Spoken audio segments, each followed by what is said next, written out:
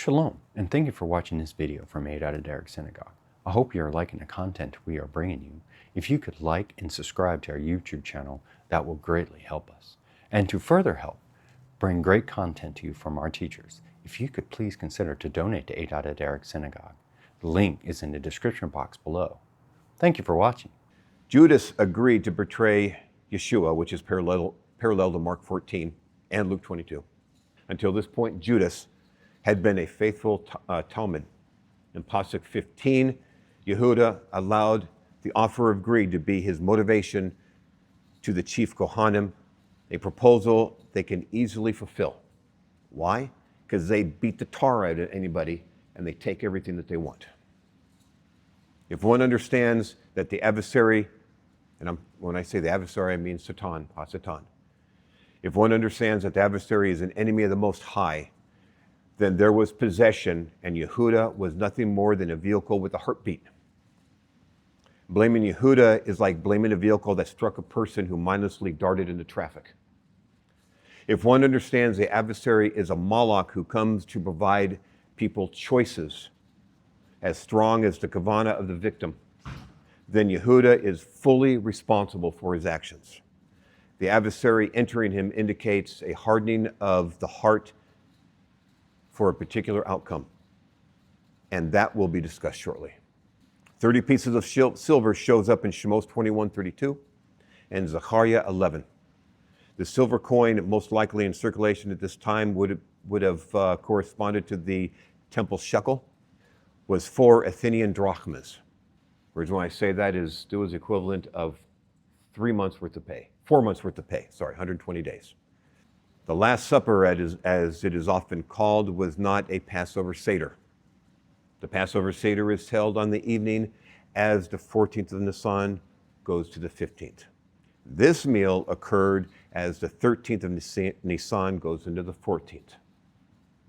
It is not a pretend Passover Seder. It lacks the Korban Pesach and the Hagigah. It is not a teaching Seder.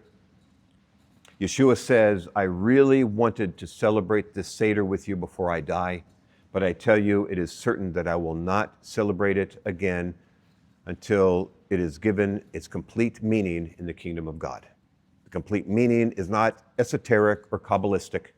Instead, it is a holistic understanding of the hows and whys, something we apparently are still missing. This meal, even with some of the elements mimicking a Seder, is just that. It's a meal. This is his last meal with his closest companions. In the penitentiaries in the U.S., criminals on death row are asked what they want for their last meal. Yeshua, if asked, would have said, or would have chosen not what to eat, but with whom to eat. Yochanan 13. After saying this, Yeshua, in deep anguish of spirit, declared, yes, indeed, I tell you that one of you will betray me. The Talmidim stared at one another, totally mystified. Of whom could he mean? One of the Talmidim, the one Yeshua particularly loved, was reclining close to him. So Shimon Kifa mentioned to him and said, ask him who he's talking about. Leaning against Yeshua's chest, he asked Yeshua, Lord or Master, who is it? Yeshua answered, it is the one whom I give this piece of matzah after I dip it in the dish. So he dipped this piece of matzah and gave it to Yehuda ben Shimon from Krios. As soon as Yehuda took the piece of matzah, the adversary went into him, and Yeshua says, what you are doing, do quickly. When the camera pans left or right, it records some words missed in the first narrative and catches a simultaneous conversation. And this comes from Mattisyahu 26. The Son of Man will die as the Tanakh says he will, but woe to that man by whom the Son of Man is betrayed.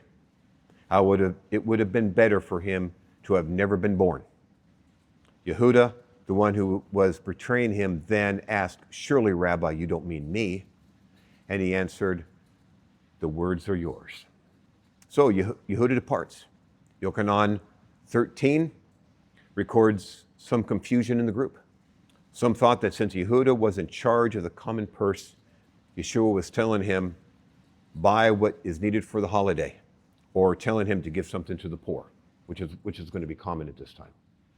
If my understanding of the timeline is correct, Yehuda speaks up about this time.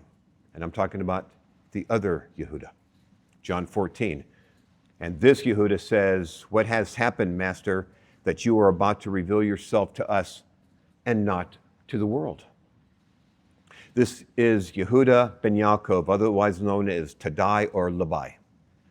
I bring this up because it demonstrates how timing is important. It's clear Yeshua plans to walk one direction, but we wanted him to walk another. Mashiach ben Yosef sat and ate with the disciples and lived among a nation who needed and wanted Mashiach ben David. After the meal, the band of Talmidim and Yeshua walk into the cheesemaker valley, the graveled way crunching beneath their feet. By the way, I didn't write this, somebody else did. Unfortunately, I can't tell you who it is because no name was attached to it, but I thought it was a very nice narrative. No voices are heard. Climbing again to cross Mount Sion, they pass in darkness the southern steps of the temple and descend into the Kidron Valley. The brook is flowing gently, and they step on stones to keep their sandaled feet from getting wet. Their feet next take them to the slope of the Mount of Olives to a campsite. Yeshua takes his disciples to a quiet area, leaves them with the words, "Pray that you do not fall if you are tempted," and moves away from them about a stone's throw. They are dejected and in their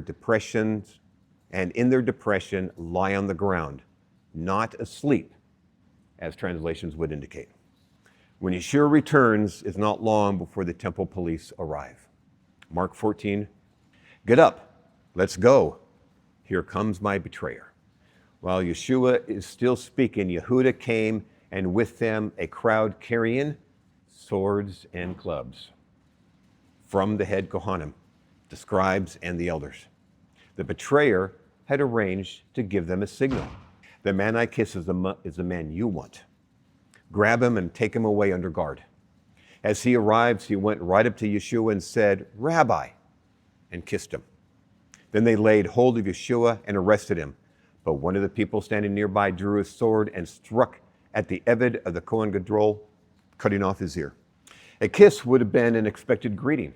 We get that from Luke 7 and Bereshit 45. Was this some kind of identification necessary because it was dark? Or was it designed to make Yehuda a party to the crimes that were just beginning? I don't have an answer, but if you got one, I'd love to hear. Yeshua addressed them, "So you have come to take me with swords and clubs, the way you would the leader of a rebellion? Every day I was with you in the temple, teaching, and you didn't seize me then? But let the Tanakh be fulfilled." The assault of Caiaphas' servant was too much. And at that point, fear grips the 11 Talmidim, and they flee. The details of Yeshua's arrest align well with the three Bereshit we read earlier. Yehuda is bribed by the lead Kohanim and assists Caiaphas in his conspiracy to seize Yeshua by stealth. Thus far, he has lived up to the deceptive picture of the family who whispers.